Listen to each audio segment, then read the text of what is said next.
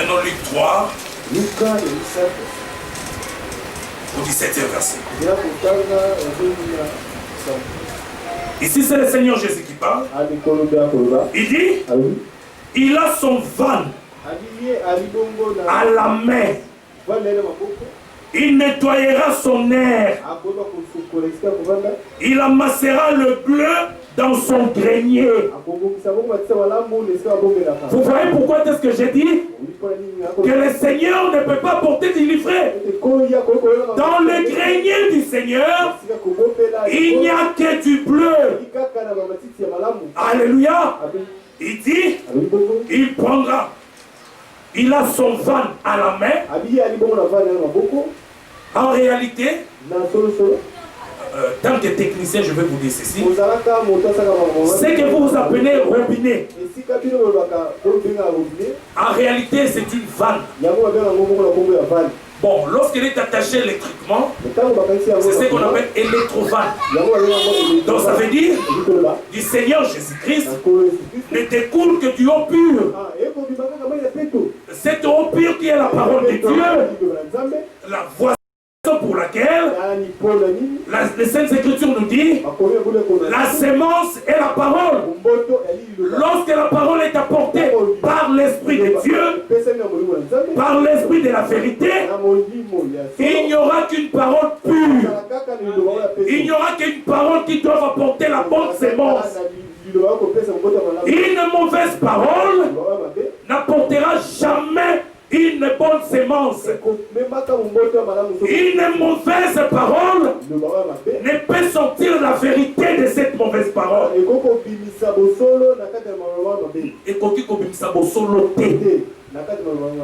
Alléluia. Une mauvaise parole ne peut pas porter la lumière dans la vie des enfants de Dieu.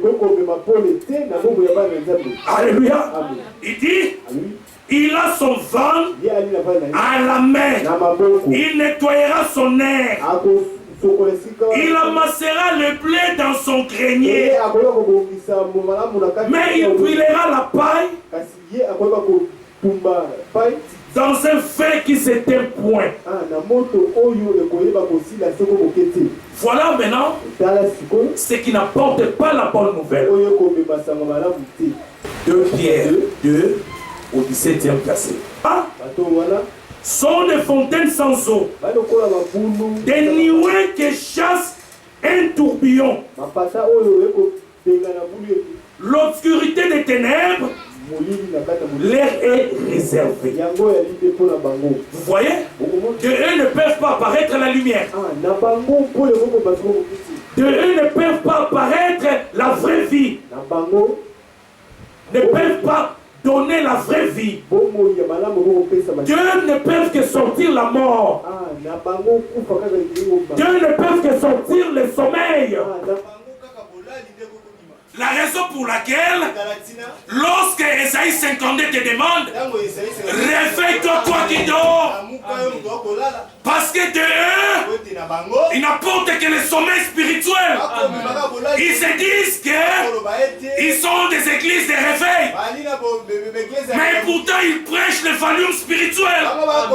Ils n'apportent pas la parole de la révélation. S'ils apportaient la parole de la révélation, ils n'allaient pas rester. Ils ne pouvaient pas rester dans le sommeil. Nous ne pouvons pas somnoler comme eux. Parce que nous avons reçu la parole d'une source pure. D'une source dont le Seigneur lui-même a fait son grenier. Il est en train de nourrir son peuple. Lui-même il prend soin de son peuple pendant que je méditais. En tout cas, je vais dire ça. Pendant que je méditais, il y a une pensée qui me montait à cœur. Cette parole a été destinée pour un église qui est ici. Je me suis dit, Seigneur, ce n'est pas moi. Je ne sais pas. Je ne sais pas, frère. C'est la pensée qui me monte. Mais je veux dire ça. Parce que l'autre, remarquez, Que ces gens-là sont des fontaines sans eau. Des cours que la mort. Il n'y a pas la vie. Il n'y a que les ténèbres. C'est pour cela 1 Timothée 3 me dit, je t'écris, au 14e verset, je t'écris ces choses avec l'espérance d'aller bientôt vers toi. Mais, enfin que tu saches, si je tarde, il faut se conduire dans la maison de Dieu, qui est l'église du Dieu vivant, la colonne et l'appui de la vérité. Alléluia. Bien-aimés dans le Seigneur, j'ai écrit ces choses.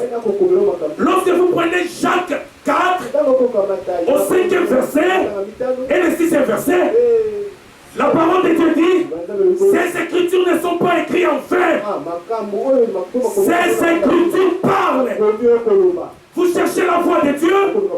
Écoutez la voix de Dieu ce soir. Il parle à travers ces 7 écritures. La parole de Dieu me dit, dans 2 Timothée 3,16, toute écriture est inspirée de Dieu. Alléluia. Il dit, je t'écris ces choses. Toutes ces promesses sont infaillibles. Parce que c'est la parole de Dieu, sont infaillibles. Parce que c'est la parole de Dieu. La constitution peut tomber. Les accords peuvent mettre en caduc. Mais la parole de Dieu ne passera jamais. J'ai écrit ces choses avec espérance.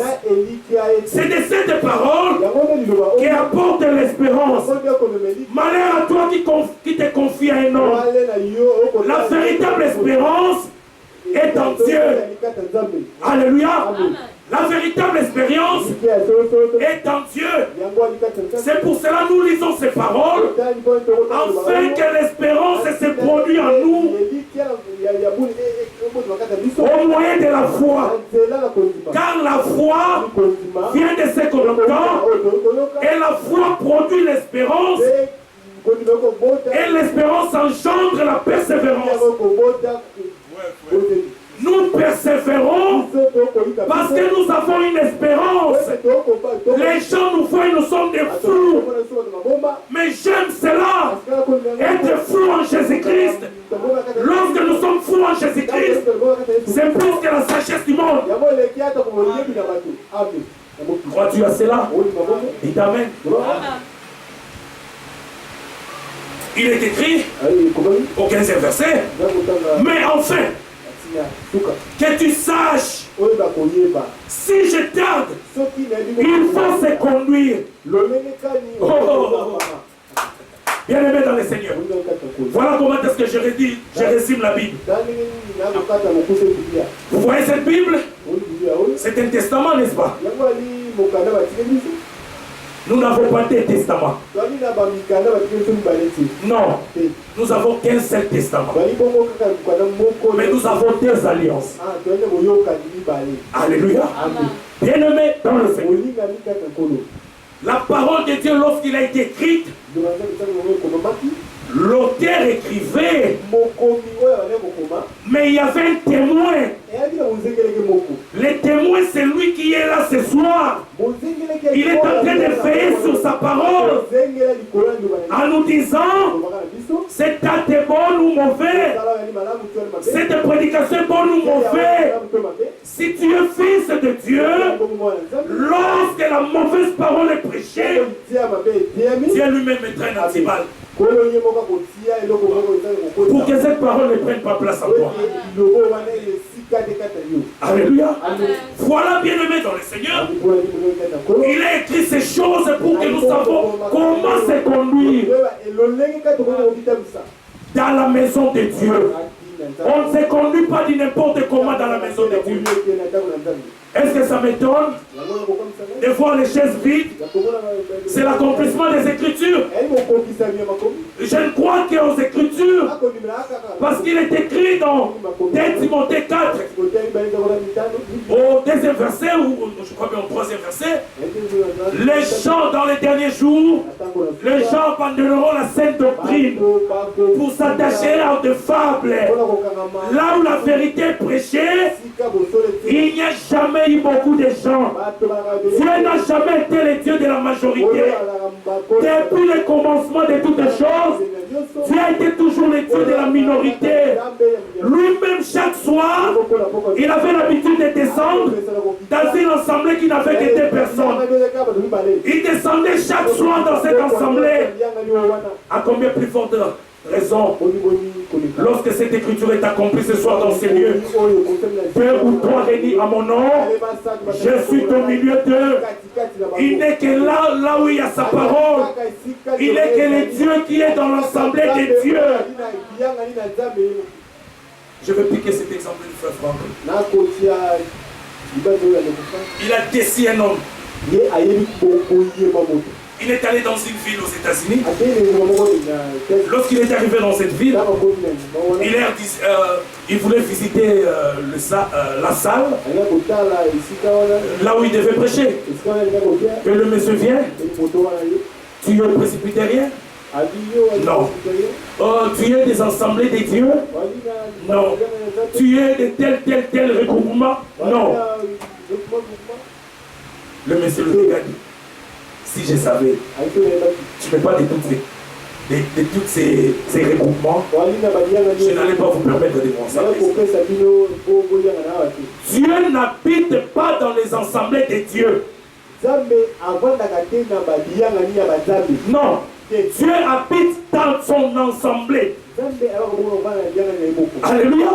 Là où sont réunis ses enfants, il est ensemble avec ses enfants. Pourquoi? Parce qu'ils doivent les renseigner. Si vous êtes enseigné des noms, oh, ça serait la mort. Voilà la raison pour laquelle même Moussa est mort.